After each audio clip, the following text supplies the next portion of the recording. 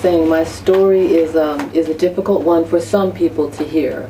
For some people, it may not be because they've experienced it, they've lived it. But I grew up in a military family. My father was a tech sergeant in the United States Air Force. Him and my mother married young. They took us to church. They taught us about the Lord. They taught us the ways of the Lord. We sang in church. That's actually where I first learned how to sing and began to, praise and worship the Lord, was with my siblings. But around the age of 10 was the first time that my father approached me. And when I say approached me, I'm saying because he became an alcoholic and he began to drink. And when he came home on the weekends, we expected and knew that he was going to be drunk. And it started out with him just being verbally abusive, because he would cuss us out, he would cuss my mother out, and he would accuse her of cheating and things like that. And so he would get into fights with her and mistreat her, and then she would run away, she would leave because she couldn't take it anymore. And so after a while of that happening, I guess in his twisted mind, and I later found out that he had been abused himself. You don't know those, you don't understand those things when you're a kid or whatever, but I later found out that that was part of the problem. But in his mind, when my mom was gone, then he felt like he needed somebody to take her place. I was the oldest daughter, so I became that somebody. And so in my story, I tell about the terror of being a victim of incest. I mean, that is like one of the most traumatic things that I think a person can experience, because when we're talking about incest, we're talking about someone that you love and trust, someone that you feel you should be able, and you should be able to love and trust your parent. In my case, this was a parent. In other people's cases, it can be an uncle, it can be a brother or a sister or whatever. But when that trust is broken, and you're violated, from the emotional perspective, it's traumatic. From the physical perspective, it's traumatic. But then from the spiritual perspective, it is traumatic, because at that point, everything that you have believed in and trusted in has been broken. Okay? And for a child's mind to try to grasp that, to try to understand why that is, or what did I do, or you can't even really, I could not even really understand some of the comments and the things that my father said to me. There were times that I tried to escape. There were times that I climbed out the window.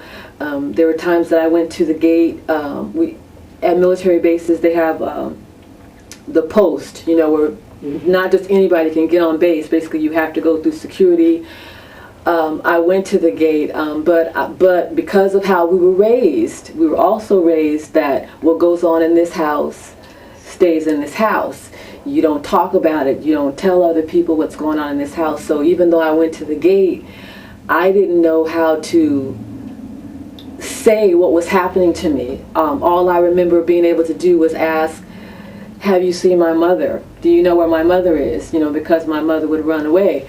So, in my story, I tell what that was like, how we ended up in foster care because of it, because it didn't get better, it continued to get worse, to the point where my father acted out in public. He got into fights with people, he was drinking, he kicked us out of the house, and we spent the night outside, in our pajamas on the front porch, and it just got really, really bad.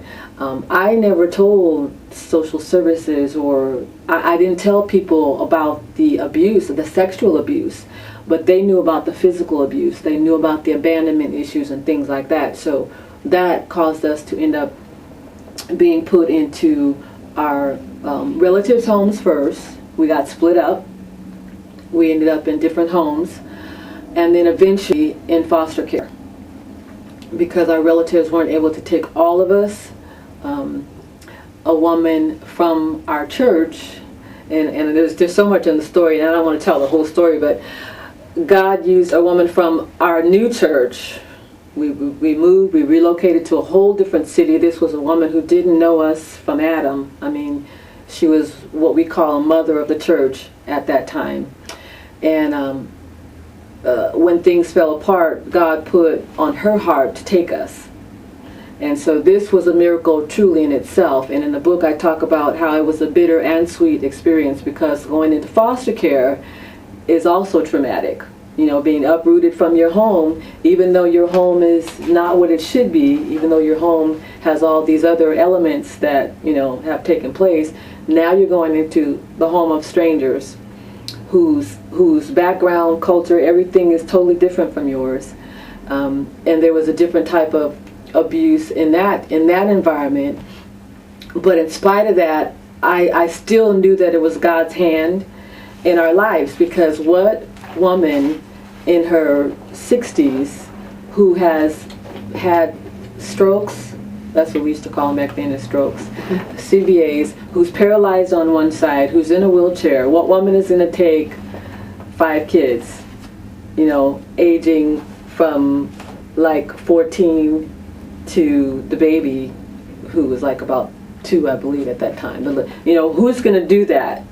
And a matter of fact, they, you know, her family was against it. Different people argued against it, and it was like, you can't handle this. She said, no, the Lord told me to take them, you know, and she took all of us, and so anyway, I tell the story of how all of that was, the struggles that I dealt with because of becoming introverted, because of not trusting. Even my granny, that's what I ended up calling my foster mother, was my granny. You know, we had an odd relationship because I loved her for the things that she did for us, but there was a lot of things I didn't understand about their lifestyle, and coming from an abusive background yourself, you know, you take a lot of things personal, and you take a lot of things as rejection, when maybe sometimes it's really not rejection. There's just a lot of dynamics that I talk about in the book of how that was hard.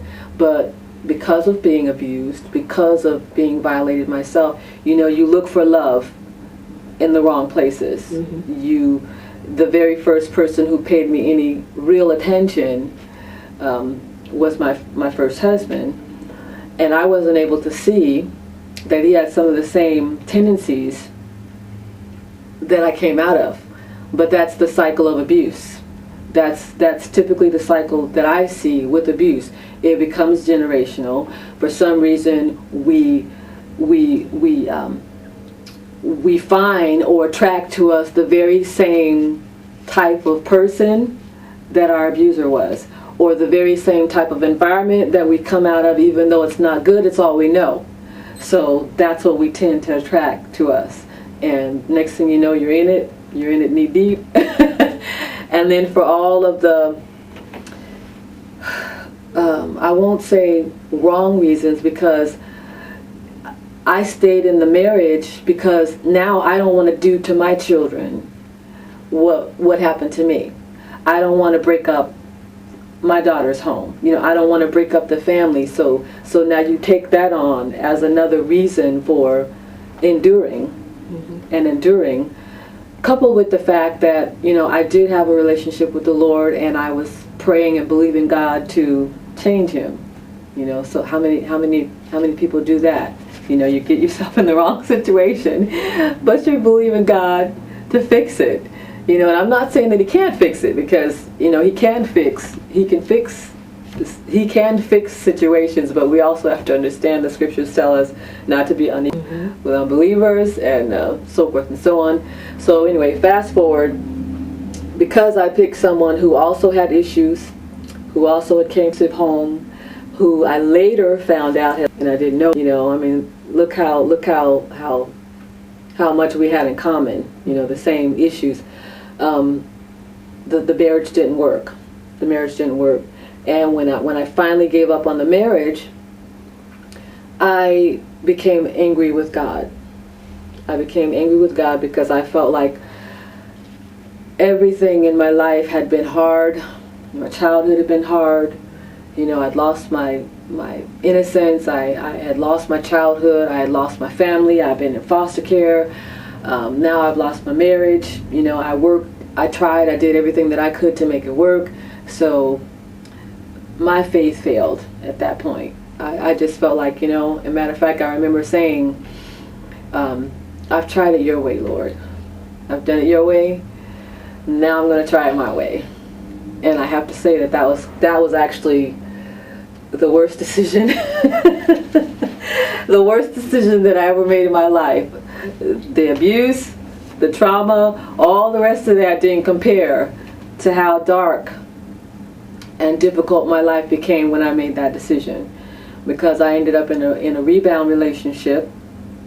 And I remember, even though at the time I didn't credit it as being the voice of God, because I hadn't really experienced a lot of that in my walk, but I remember a voice saying to me, "He's not for you," talking about this new person that I'm all excited about.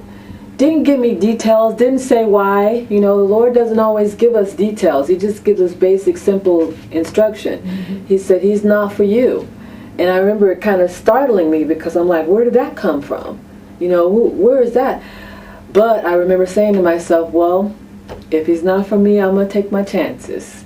I'm going to take my chances. I'm upset with you, Lord. I feel like you failed me. I'm going to take my chances. You know, there's got to be more to life than this. Because up to that point, I had just been what I later realized to be surviving. You know, I had put my way through CNA school. I had put my way through LVN school. I mean, I had successes in my life in other areas, but it was all hard.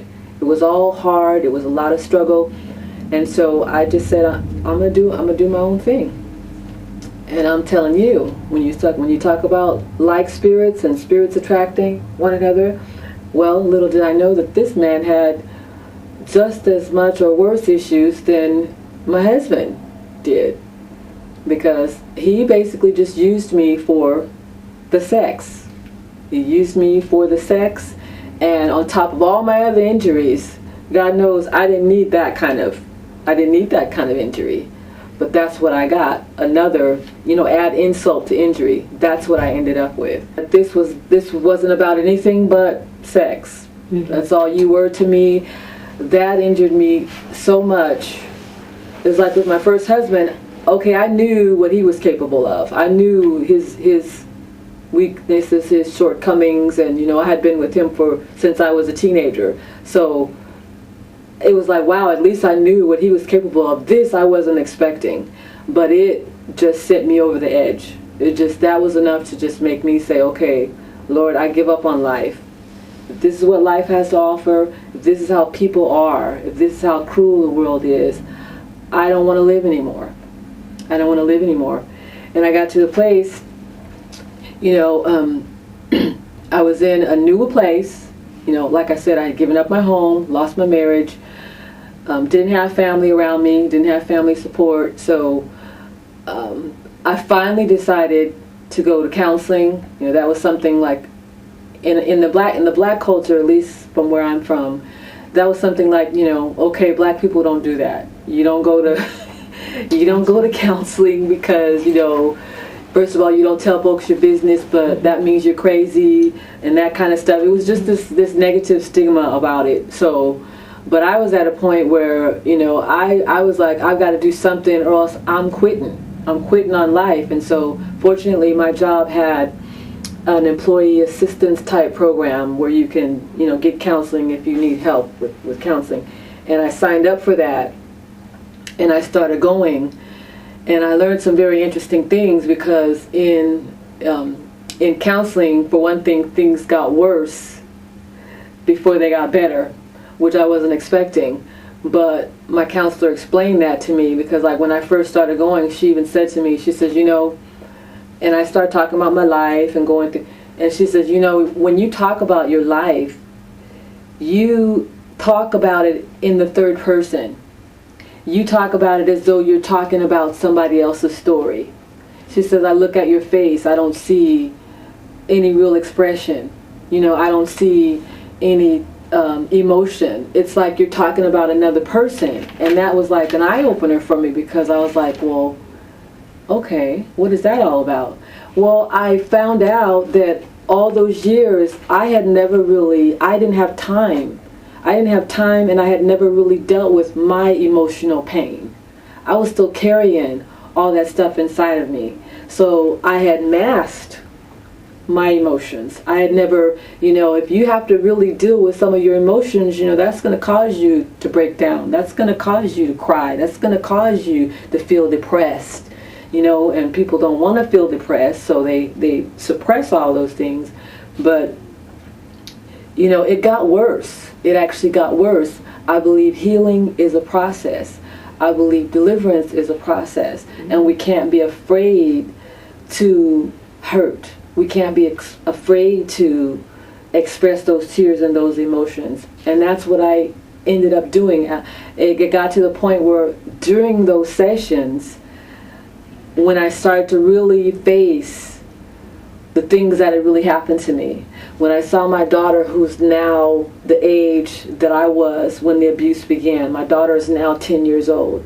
That was like looking in the mirror. And it triggered, in my other book I talk about triggers.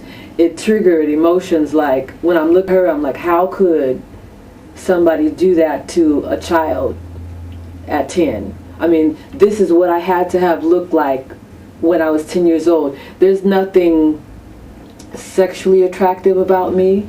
There's nothing, how could someone do that to me? It was like, it triggered what I was truly feeling inside but had never expressed. Different things like that began to come to the surface. And there were times that all I could do was, I really couldn't function, where I just hit rock bottom, where I couldn't function. I just wanted to stay in the bed all day. I was never a drinker, but at that point I started wanting to drink. I started, thank God, I never went to the hard stuff, but I started drinking, what do you call them, wine coolers. Because I couldn't sleep. Loss of appetite, loss of interest I got to the point where I lost interest in my child, because there were some things going on at the time, and because of the struggles between me and her father, she ended up staying with some relatives because of all the conflicts and everything, and I just kind of felt again abandoned. I felt again rejected, and I just lost interest in, that's how when you're depressed, you lose interest in everything. The things that kept me going before, one of the things that kept me going was always her. Mm-hmm. Knowing that I had a child, knowing that I had someone else dependent upon me. Well, I got to a point where that didn't even matter. And I, one day, drank me a wine cooler or a couple of them, lay down in front of my fireplace. I had a gas fireplace. It wasn't the real kind where you put wood on, but it was a gas fireplace. Lay down in front of that fireplace. And normally whenever I drank a wine cooler, I would be out. I would be out for the night. It would just knock me out because I didn't have a high tolerance, I guess, for alcohol. And I laid down in front of that fireplace and I turned the gas on, and I didn't light the fire. I just turned on the gas. And I said to myself, I just pray that I go to sleep and never wake up again. That's how despondent I felt. I wanted out. I didn't want to live anymore. I didn't want this abuse anymore. I didn't want to be rejected anymore. I didn't want to be abandoned anymore. Mm-hmm. And when I fell asleep, I know it was God. I know it was God because nobody else was in the house with me. My daughter was over a friend's house. I had actually been kind of plotting and planning and trying to figure out ways to take my life. And everything that I had came up with, I was kind of scared to do because it was going to be painful or whatever. So this was the last thing that I came up with. But as I fell to sleep, nobody else in the house, all of a sudden it felt like somebody touched me. Felt like a physical person literally touched me, and touched me with such force that it shook me, that it woke me up out of my sleep. And I believe that was an angel. I believe it was the hand of God, that it was an angel, because nobody else was in there with me. It woke me up suddenly, and I'm looking around like, who touched me? How did that happen? Who touched me? Couldn't really figure it out at the time because I was upset with God. I thought God was upset with me. I didn't think that I had a relationship with God anymore. Mm-hmm. I thought, I'm mad at him and he's not interested in me. So I didn't really fully understand that was the Lord. But later I came to realize that had to have been the Lord. So when he touched me, I no longer had the desire to take my life. I was actually kind of upset, like, okay, no, you can't even do that right. You know, here you are finally deciding to take care of this and to end your life, and you can't even do that right. But I no longer had the desire to complete it. And so, shortly after that, some other things happened, and I ended up moving back to my hometown where I had been living, and continued the counseling. You know, told the counselor about my incident, and she walked me through, talked me through. I had to deal with a lot of things. I had to learn about me. I had to learn about Diane. What caused me? I had to examine what caused me to make some of the choices that I made in life. Why was it that I attracted the kind of people to me that would use me, that would just abuse me? Why was I so willing to be a fixer and didn't care about my needs until it was too late? You know, I did a lot of self-examination. And well, to me, an overcomer is someone who, in spite of obstacles, you have learned how to take those obstacles. And I say I have learned, I didn't do it by myself, but you have learned how to take those obstacles, and instead of them controlling you, instead of them driving you, directing you, instead of you making your life choices because of those obstacles and because of those hindrances, you've learned how to put those things in their proper place. You've healed, you've grown, you've done whatever you needed to do to control those situations. I hope I'm making sense. Instead of it driving you and suppressing you, now you have overcome those things, and you can move forward. You can be everything that God has called you to be. You can do the things that God has called you to do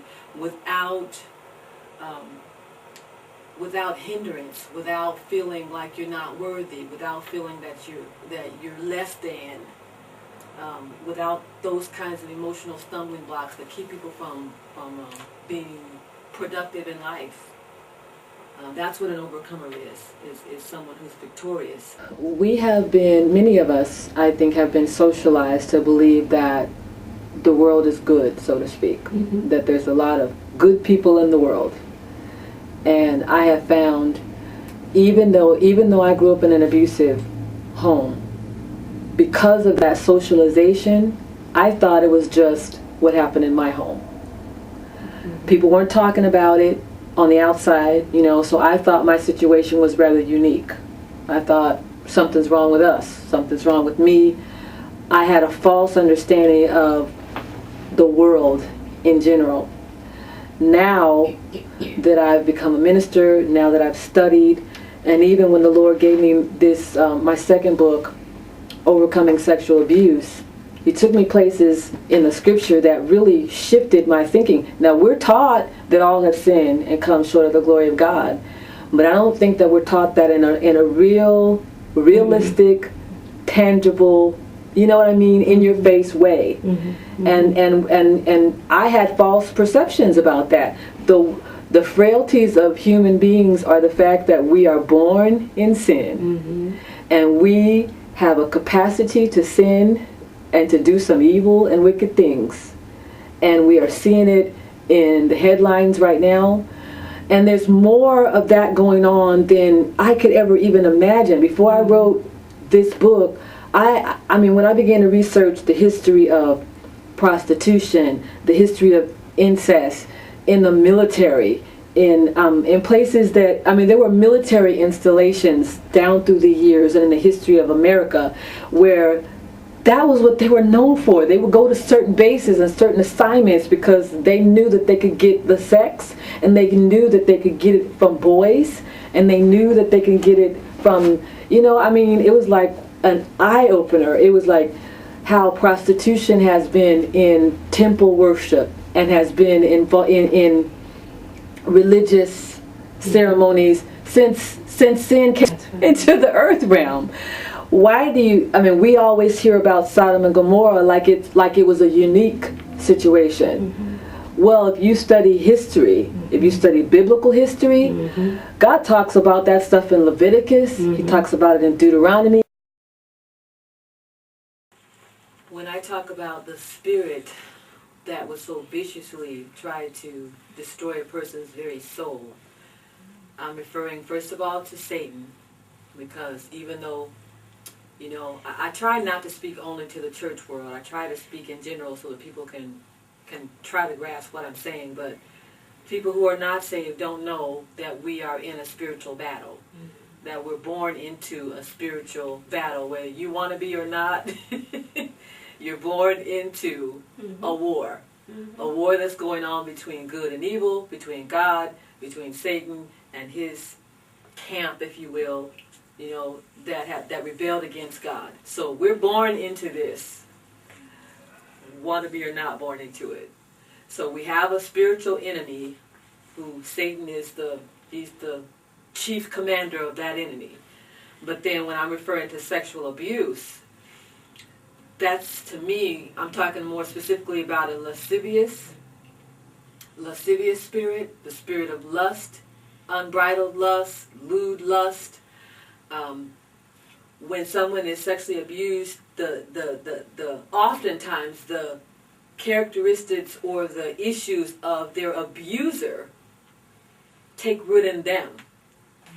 I believe it's like a spiritual transference if you're not delivered from it, because obviously that person that's doing what they're doing it out of, some anger, some power issues, they're doing it out of an evil motive.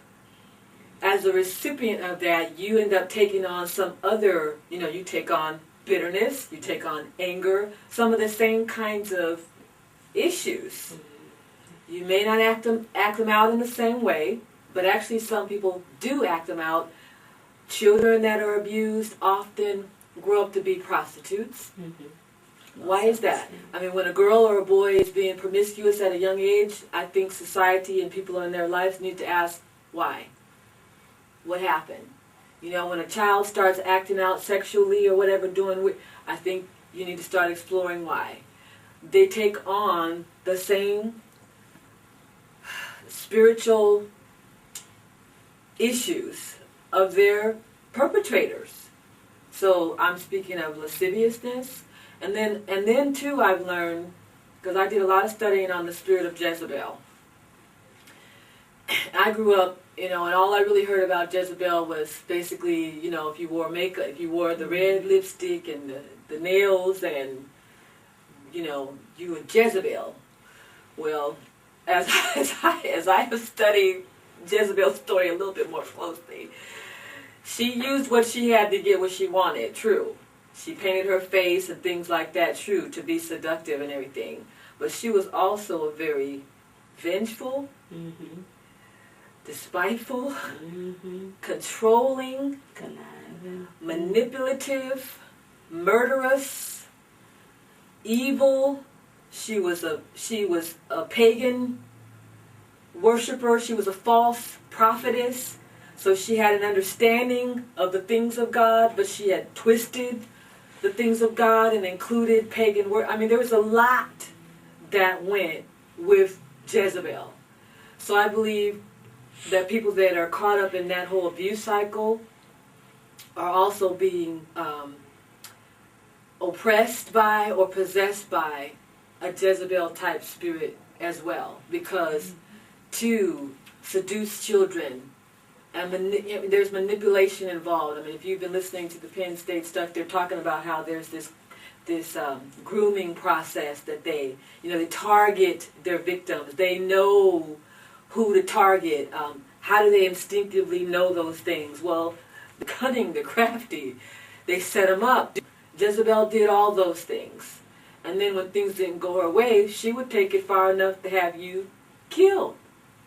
She didn't play. This is a vicious, when you're talking about sexual abuse, it's a vicious attack on the soul. It's a vicious attack of the spirit, because I believe Satan's ultimate goal is to kill, steal, and to destroy.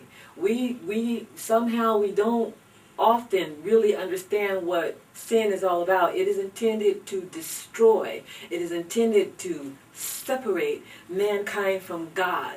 If if he can separate you from God, if he can destroy who you are, so you don't even know who you are anymore, how vicious is that? You know, if he can somehow, how can he invade the very essence of a person? Externally, you can't do that as well as if you hit him internally.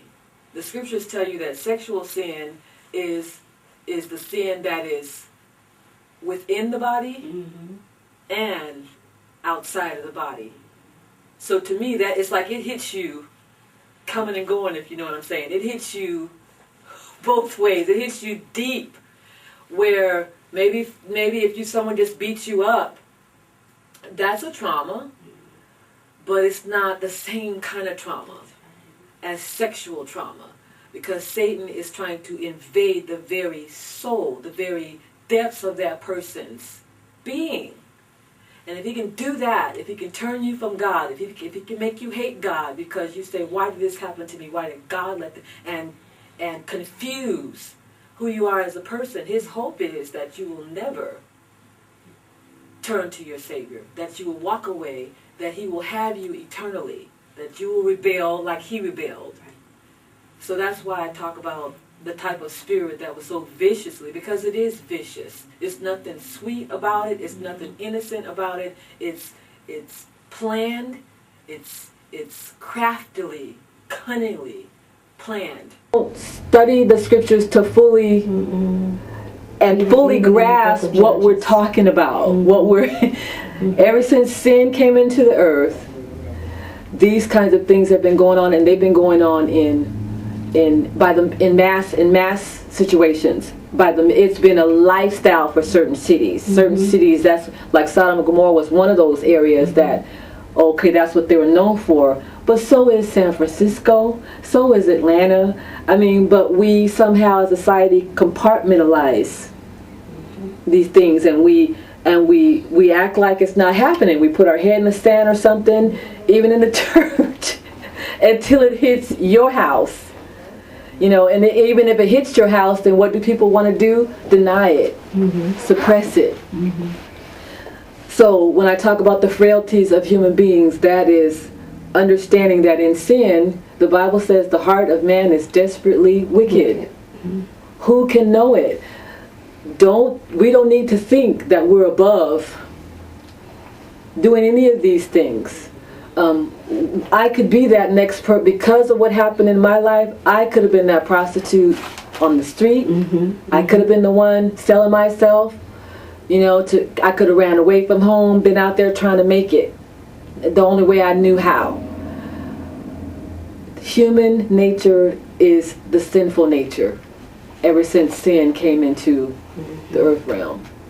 So that's what I mean by the frailties. And these things become generational. You know, they're passed down from one generation to the next generation. Unless the curses are broke, unless the cycle is broke. And that can be broken, I believe, through salvation, through you know, accepting Christ as our Redeemer and letting him help us to overcome and be delivered from these things, changing the course of our family lineage. Otherwise, this is what sin does. This is what sin causes. The Penn State situation, the Syracuse situation. I think God is just exposing things right now. But this is not new. It's not new. It has been happening. But we just tend to not want to think it's happening. That's when I had decided not to think about relationships. Just when I decided I wasn't going to worry about trying to be involved with nobody else. I had finally said to myself, okay, I'm going to take care of Diane. I'm going to, you know, live life for me and take care of my daughter again, getting that hope and everything back in my life. Then the Lord brought Chris into my life, my husband. He brought my honey, my friend, my partner in ministry. He brought him into my life. And the beautiful thing was that Chris grew up, his parents are pastors, he grew up in the church too. At the time he wasn't serving the Lord wholeheartedly, but he still had a love and a respect for the Lord. And God used him. I believe God works through people. He works through tangible situations and through people. And he used him to begin to show me that he still loved me, that he still cared for me. He made it tangible for me, because when Chris met me, it wasn't one of those love at first sight type things. We met at a gym, actually, of all places. We met at a gym. We laugh about it because emotionally scarred. I had some issues with men and everything, with God, with men and everything. He later told me that he was the president of the Woman Haters Club. Okay, that's what he classified himself as, the president of the Woman Haters Club, because he'd been through a bad marriage and had been cheated on and different things like that too. But when he met me, he began to tell me that, you know, about his life in growing up in the church, and I said, hey, I understand all that, I respect all that, but I've got some issues with God right now. I'm upset with God, I got some issues with God right now. And he said, well, you might have some issues with God, he said, but God still loves you. And he said, I can see God in you. And that just kind of blew my mind. He said, I can see God in you. He said, that just yourself, the way that you talk, he said, I can see God in you. I know that you have a relationship with God, and he still cares about you. He still loves you. So God began to use him to get my attention, to get my focus back on God. Mm-hmm. We were friends. As we got to know each other better, and saw that we were starting to form true feelings for each other, then he says to me, well, you know, I have to let you know, he says, anybody that I marry has to serve the Lord. He said, it's got to be part of the equation. He said, anybody that I'm involved with, if we're going to get married, you know, you have to serve the Lord. So now I'm thinking, how am I going to do this? I'm like, oh, wow, okay. I remember thinking, Lord, I don't know how I'm going to do this, but okay. I'm not foolish enough to denounce you. I'm angry with you, but I'm not foolish enough to denounce you. There are things that I don't understand that have happened in my life that I don't understand, but I'm not foolish enough to defy you and denounce you at this point. So I just kind of said, okay, however that's going to happen, it's going to happen. Fast forwarding, we got married. I have to say he proposed to me on Valentine's Day. You know, Valentine's Day. We got married in 98, so it was February 14th, 1998 on Valentine's Day. That was also the same day that the Lord restored both of us fully. And that happened a year later. I don't know what it was about that date, because we sure didn't plan it. But like, we got married. Neither one of us were fully walking. You know what my situation was. A year later, on that same date, we were invited to go to church. And we were singing in a gospel group. Figure that one out. Help me understand that one. We're singing in a gospel group. I'm upset with the Lord. But I'm singing in a gospel group. We're invited to go to church and sing. Now, even though I was in this group, you know, the leader of the group, he would ask me to speak at times. He would ask me to say something, and I would tell him, no, I can't speak. I'm not going to say anything, because the way I was raised, you don't play with God, okay? And so for me, I was like, I know that my life isn't right. I got some issues in my life. I'm not going to speak. I'll sing, because I know God gave me a voice, and I'm going to use it for him, but I'm not going to speak. I'm not going to be hypocritical and act like everything's wonderful. So I wouldn't speak. But on this day, there was a song that he had given me, and I talked about it in my book, and it's the name of my radio ministry.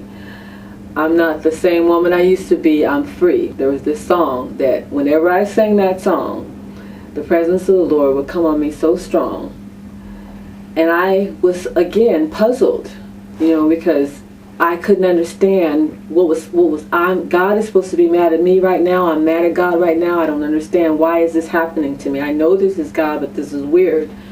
But that day, the presence of the Lord just overshadowed me in a way that I could not deny.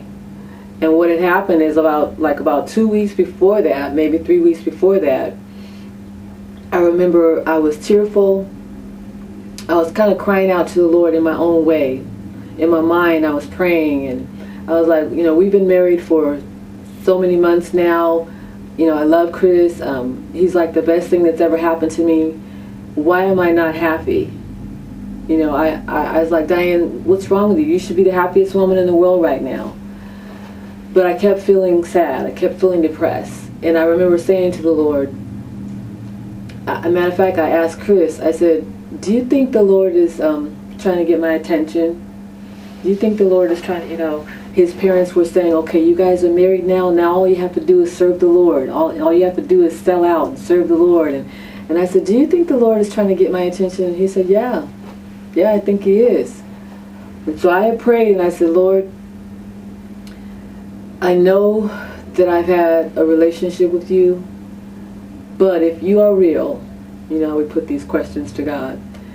If you are real, I need you to help me. I said, Lord, I'm stuck. I'm at a place where because of the pain in my life, because there's things I don't understand, so I am stuck. I don't know how to get past this point. But if you are real, I want you to reveal yourself to me. Reveal yourself to me in a way that I cannot deny. And so when I went to that church service, and when I began to sing that song, and the Spirit of God just began to overshadow me, I knew it was the Lord. It was just one of those things that nobody could tell me different. I knew it was the Lord. When the minister got up there to speak, to this day I can't tell you what he spoke about. But when I'm watching him speak, I'm seeing like the light of the Lord. It was like a glow all around him. And I'm looking at him and I'm trying to figure out, what in the world, is that? And everything that he was saying, even though I can't remember what he spoke about, everything that he was saying was like hitting me. It was like he was talking directly to me. I felt like I was the only one in that room. And so when he finished speaking, Chris and I are sitting there together, and they're saying, does anyone want to come forth for prayer? Anybody need prayer? In my mind now, the enemy's telling me, okay, he's going to think you're crazy. Your husband's going to think you're crazy, trying to talk me out of it. But I looked at him and I was like, will you go up there with me? And he said, yeah, I'll go with you. And we went up there. The minister began to pray for me. He began to tell me, he said, everything that God has promised you, the promises that he gave you when you were a child, the things that he spoke to you is all true. God knows how to speak to us in a way that we know it's God talking. That's as far as he got. When I hit my knees, power of the Holy Spirit was so strong, I hit my knees. I just began to weep before the Lord. I just began to cry. And he began to speak some other things and to confirm that God still loved me, that God wanted us both to renew our commitment to him, that he had a work for us to do. That was the beginning. That was a new beginning for me. That was in 1999. And I've been running for the Lord ever since. I mean, he called me into the ministry. I became an ordained minister. I began to hunger and seek after the Lord, and that wasn't even, I wasn't even planning on going that full route with this, but I guess I needed to. To me, the key.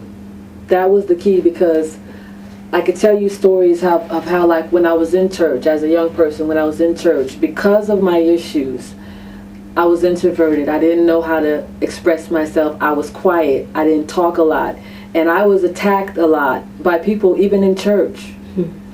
People in the church didn't understand my distance, didn't understand the way I presented myself. They took it as me thinking I was better than somebody else. They interpreted it in different ways. And so they didn't have that love. And that's why I say God works through situations and through people. When I met Chris, he actually began to show me love. And after God restored both of us in our relationship, I knew that was God working through him. I knew that was the love of Christ working through him. Because for one thing, I knew from my first marriage that a man who doesn't know God, a man who doesn't love God, can't love you. I figured that out. Okay, if you don't have, God is love. So if you don't know God, he can't love you like you need to be loved. Well, because Chris loved God, and the Lord began to show me, even though he had some shortcomings that he had to work through too, and God said you can trust him. He told me he has a love for me, and you can trust him. He has a love for me that runs deep. He said it's like the still waters, how it runs deep. When you get, the deeper you get, there's not a lot of turbulence. It's just still. And he said you can trust him, because again, I had trust issues, but God said you can trust him. And I began to see tangible evidence of that, because he did little things like, I went on a business trip. When I got back, he says, have you eaten yet? No. He cooks me a meal.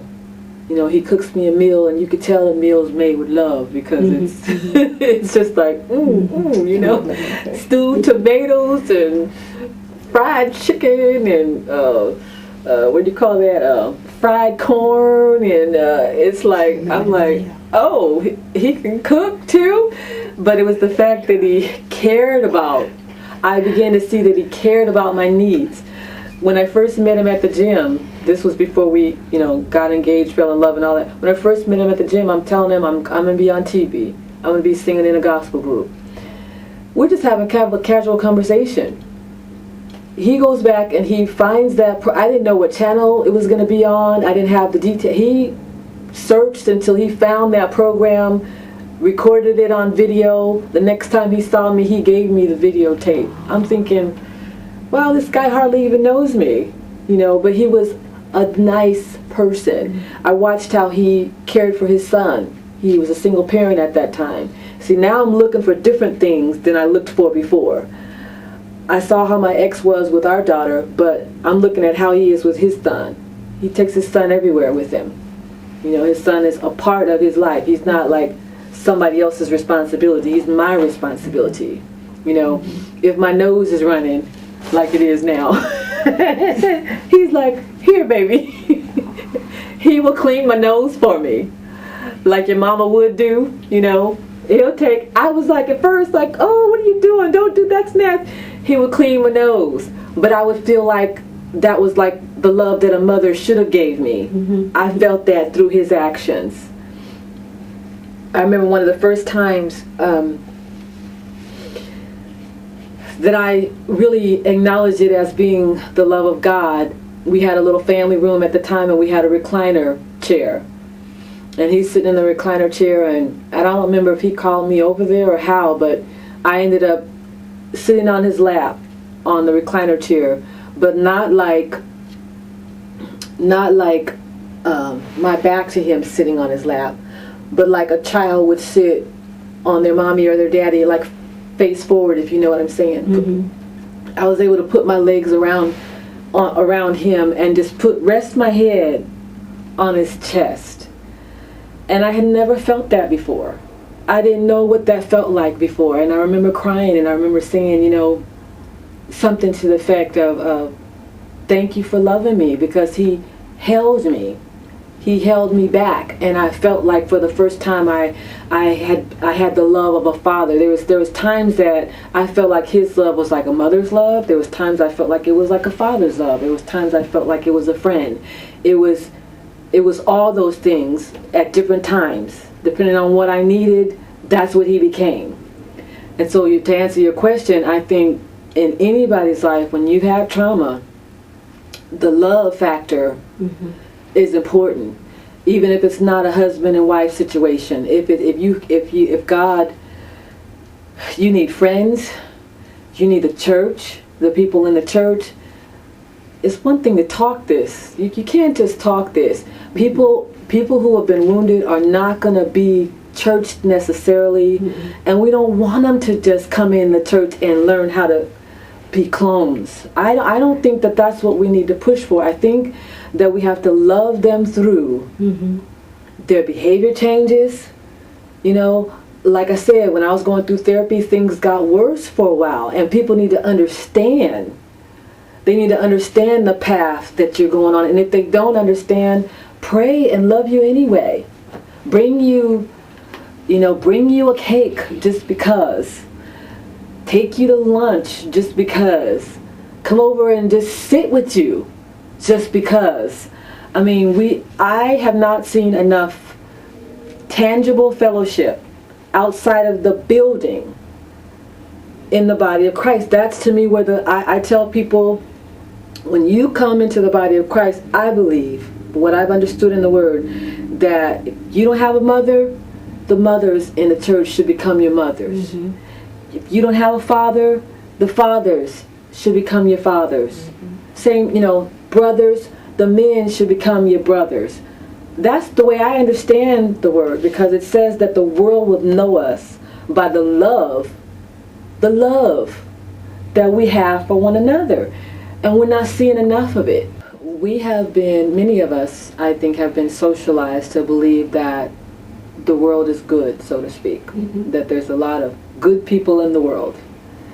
And I have found, even though I grew up in an abusive home, because of that socialization, I thought it was just what happened in my home. Mm-hmm. People weren't talking about it on the outside, so I thought my situation was rather unique. I thought, something's wrong with us, something's wrong with me. I had a false understanding of the world in general. Now that I've become a minister, now that I've studied, and even when the Lord gave me this, my second book, Overcoming Sexual Abuse, He took me places in the scripture that really shifted my thinking. Now, we're taught that all have sinned and come short of the glory of God, but I don't think that we're taught that in a realistic, mm-hmm. tangible, you know what I mean, in your face way. Mm-hmm. Mm-hmm. And I had false perceptions about that. The frailties of human beings are the fact that we are born in sin, mm-hmm. and we have a capacity to sin and to do some evil and wicked things. And we are seeing it in the headlines right now. And there's more of that going on than I could ever even imagine. Before I wrote this book, I mean, when I began to research the history of prostitution, the history of incest in the military, in places that, I mean, there were military installations down through the years and in the history of America where that was what they were known for. They would go to certain bases and certain assignments because they knew that they could get the sex, and they knew that they could get it from boys, and they knew that they could get it from, I mean, it was like an eye-opener. It was like how prostitution has been in temple worship and has been in religious ceremonies since sin came into the earth realm. Why do you, I mean, we always hear about Sodom and Gomorrah like it was a unique situation. Mm-hmm. Well, if you study history, mm-hmm. if you study biblical history, mm-hmm. God talks about that stuff in Leviticus. Mm-hmm. He talks about it in Deuteronomy. He had a daughter named Dinah. Mm-hmm. Okay, mm-hmm. She was raped by the I don't want to call it a nation, but the community that they were trying to partner with at the time or whatever. Killed the whole community. I don't study the scriptures to fully fully grasp what we're talking about. Mm-hmm. What we're ever since sin came into the earth, these kinds of things have been going on, and they've been going on in